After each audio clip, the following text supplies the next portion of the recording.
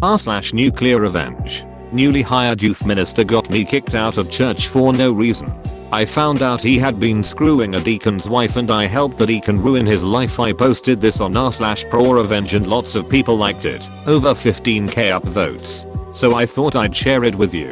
Enjoy. TLDR. Church youth minister spread false rumors about me and got me kicked out of the church I had attended my whole life for no reason other than pure meanness. I found a guy who hated him even more than I did, and I gave the guy information that he used to do a very artful and thorough job of completely ruining the youth minister's life. Youth minister got fired and blacklisted, couldn't find another job.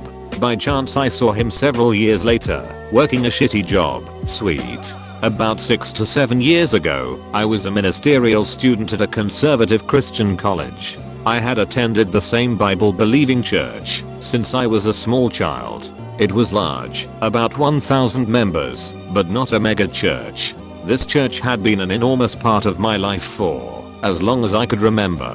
I played piano for youth choir, preached at the children's church service, which was held in the church's chapel at the same time as the adult service, drove the church bus to pick up unchurched children, etc. and ad infinitum. I did all of this for free, not even getting reimbursed for expenses. During my senior year in college, we got a new minister of music, education, and youth. This guy was as charming as an ice cream sundae with razor blades in it. I'll call him Mr. Charming. All of the deacons and their wives thought he walked on water. He was an authoritarian asshole. In his first meeting with the church youth group, he announced that he had been hired to straighten out the youth group. One of his favorite sayings was, "When I tell my disciples jump, the only questions they get to ask are how high and how far." The adults loved him, and the youth hated him. Within a few weeks, half of the high school and college students, that is, all of those without parents in the church, had quit coming to church. Most youth directors would have gotten into trouble over this, but he had the audacity to proclaim, in front of the entire congregation in the Sunday morning worship service, that he had eliminated all of the thorny ground from the youth group, a reference to the parable of the sower in the Bible, and the pastor and all of the deacons loved him for it. He didn't waste any time going after what he really wanted, the pastor's job. The pastor, whom I'll call Pastor T, was about 60 years old. Within a few weeks of Mr. Charming's arrival, rumors started circulating about Pastor T's health. He was an avid runner and cyclist, and that he just didn't seem to be as mentally sharp as he used to be. He frequently quoted long Bible passages from the pulpit, entirely from memory without misstating a single word, sometimes in Greek or Hebrew. Worst of all, however, was the accusation that Pastor T was really too liberal for the church. In my denomination, it is a kiss of death to even be suspected of being a liberal. None of these accusations made any sense, but people kept talking about them. I have no idea why Pastor T didn't find out. Or maybe he did find out and was just too scared to do anything about it. In some denominations, like Catholic or Methodist, the denomination assigns pastors/priests. Not my church's denomination. Each church calls a minister. This guarantees that every pastor always walks a razor's edge. The slightest slip and you're out. You don't even have to slip. Maybe you even do the right thing and it still offends enough people. It doesn't take many, just a handful. If they hate you enough, then you're out. Or maybe, like Pastor T, some creep just lies about you and gets your job. And, since the church often owns your house, the parsonage or manse, your entire family is suddenly homeless and destitute. Then I became a target. I still don't know why. A couple of months after starting to work for my church, Mr. Charming called me and informed me that my services were no longer needed at youth choir, children's church, bus ministry, anywhere. In fact, he said, he did not even want me to participate in any of these functions at all. Not even go to the Sunday morning worship service. I later found out that members of his family had been hired by the church at very nice rates of pay to perform these functions that I'd been doing for free. His wife got paid more for playing a beat up piano at the 1-hour youth choir rehearsal than the main organist/pianist got paid for playing for adult choir rehearsal plus Sunday mornings and Sunday evenings when the youth choir sang. The wife could barely pick out the notes on a piano.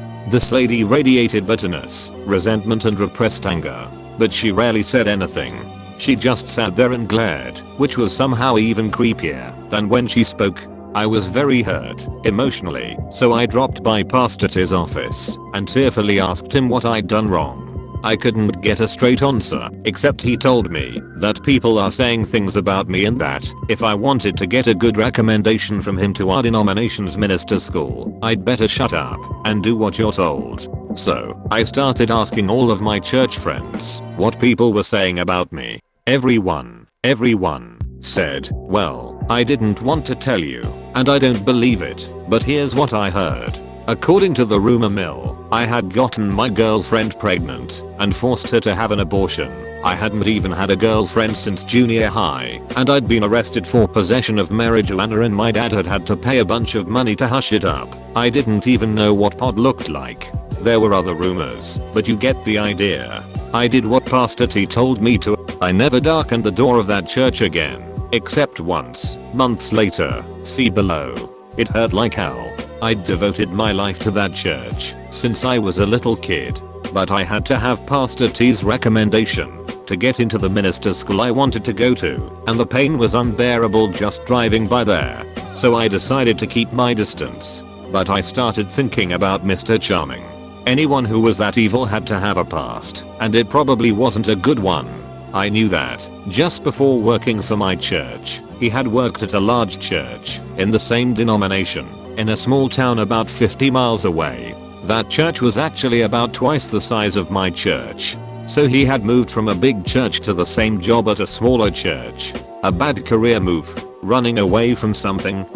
There was something rotten in Denmark, and it smelled like an opportunity for me. As luck would have it, one of my uncles and his family lived in that same small town. Although none of my family attended Mr. Charming's former church.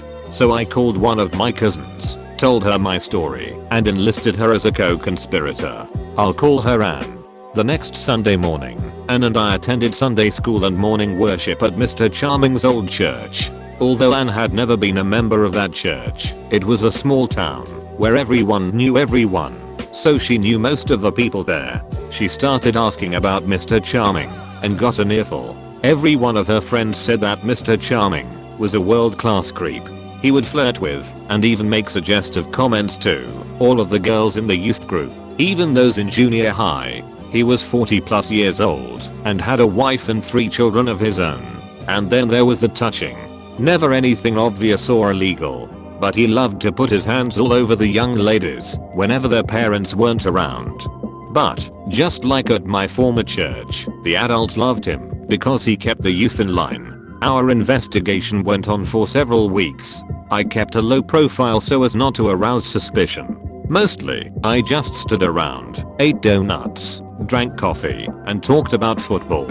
And did most of the work, because she knew so many people, and it was perfectly natural for her to attend this church in her hometown, even if it was not the church she usually attended. After church was over, we would go to her house, have a delicious Sunday lunch cooked by my aunt, and then write down everything we had learned. By then, Anne's whole family were in on my investigation. They were as angry as I was about the way I'd been treated, and our weekly report made interesting lunchtime conversation. Within a few weeks, I was sure that all I had to do was drive a few of these young ladies and their parents, friends of my aunt and uncle, down to my old church, let them tell their stories to the parents of a few girls in the youth group, and Mr. Charming would become Mr. Unemployed. But it kept getting better and better, so Anne and I kept digging. And I really wanted to keep a low profile if I could, because I didn't want to piss off Pastor T any more than I had to. He knew a lot of people in the denomination, and he could easily ruin my ministerial career before it even started.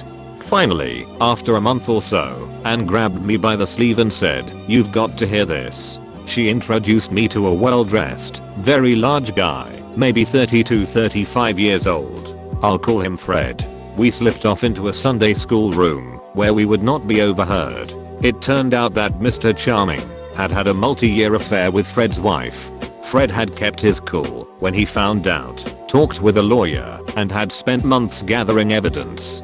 text messages, voicemails, emails, even photos and videos with Fred's wife and Mr. Charming in them. Apparently, Mr. Charming got stimulated by watching videos of himself doing the wild thing with Fred's wife. Then Mr. Charming would send the videos to Fred's wife and they both would have cybersex while texting each other. Later, they would hook up the old-fashioned way and make more videos. Finally, Fred confronted his wife. She denied everything, but the evidence was just too much. Fred told her he wanted a divorce, full custody of the children, their house, his retirement money, his business, her engagement and wedding rings, everything, even the dog.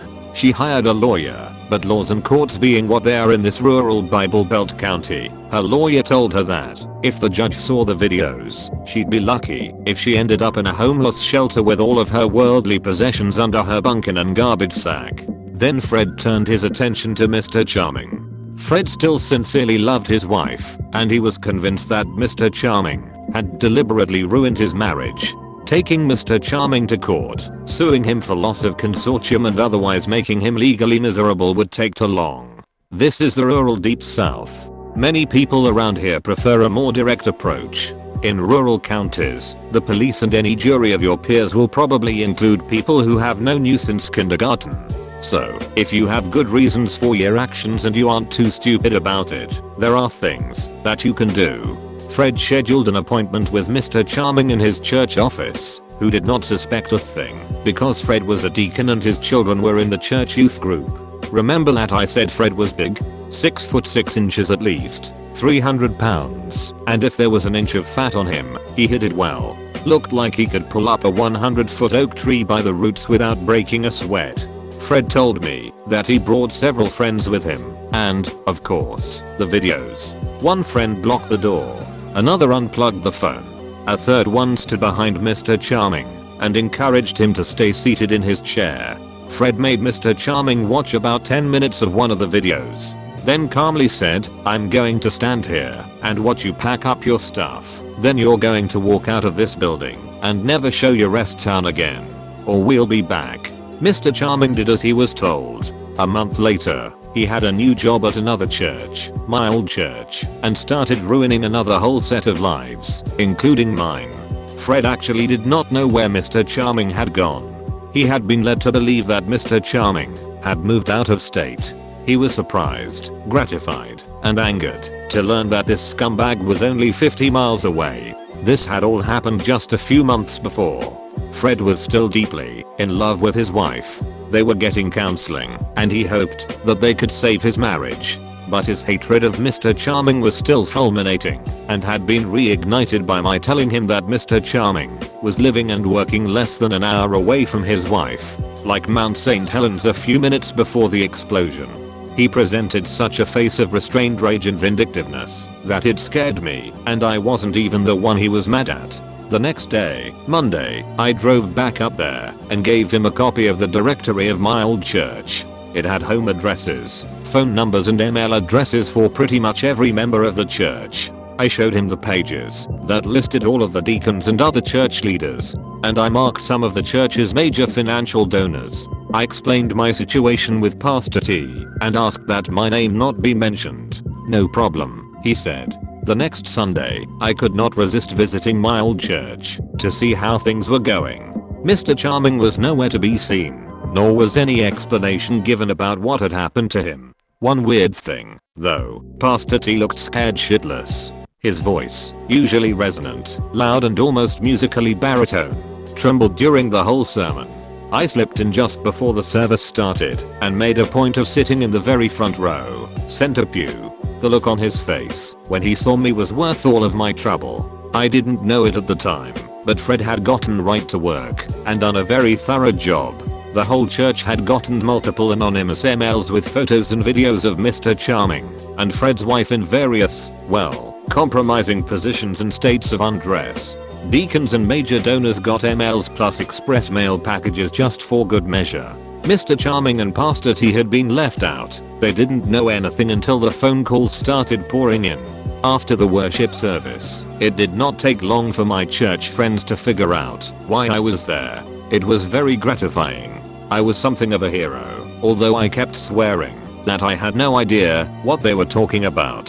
Things continued to blow up in my former church for months afterwards. Both Pastor T and the pastor of Mr. Charming's old church almost lost their jobs because they had lied to my old church's committee of deacons, who had recommended hiring Mr. Charming, about why Mr. Charming had left his old job. But somehow they managed to stay in the pulpits at their churches, although a lot of church members left my former church, which caused some financial problems. There was talk of legal action for sending unsolicited porn to little old ladies and other people in the church, but nobody ever was able to prove that Fred did it. I don't think they tried very hard. After all, his wife was in the videos and photos.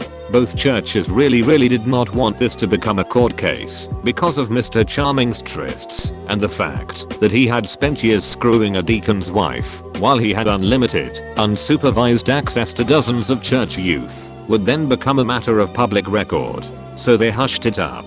I never saw Pastor T again. I had lost all of the love, trust, and respect that I had had for him, and I was sure that he had figured out that I was somehow connected to the whole fiasco. So my chances of having a preaching career in my denomination were precisely zero.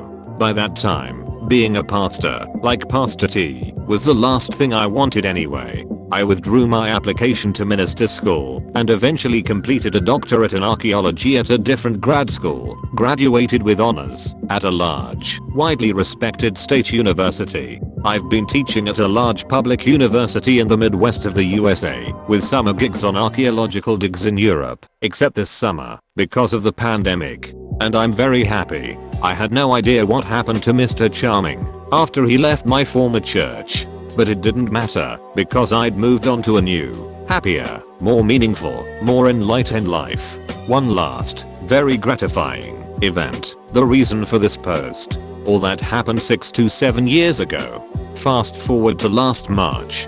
I went to pick up a friend at a large downtown urban bus station in the US. Everyone hates this place. Not only is it crowded, it is poorly maintained and filthy. It smells like spoiled garbage mixed with diesel exhaust and seldom cleaned public restrooms. My friend's bus was late. I stopped by the newsstand to get myself a soda and candy bar. Who do you think was restocking the shelves? Mr. Charming. I just sat across from the newsstand and enjoyed my drink and snack. He recognized me, then turned away. I just sat and watched him, restocking shelves full of porno mags and junk food. Revenge is a feast that is best enjoyed cold.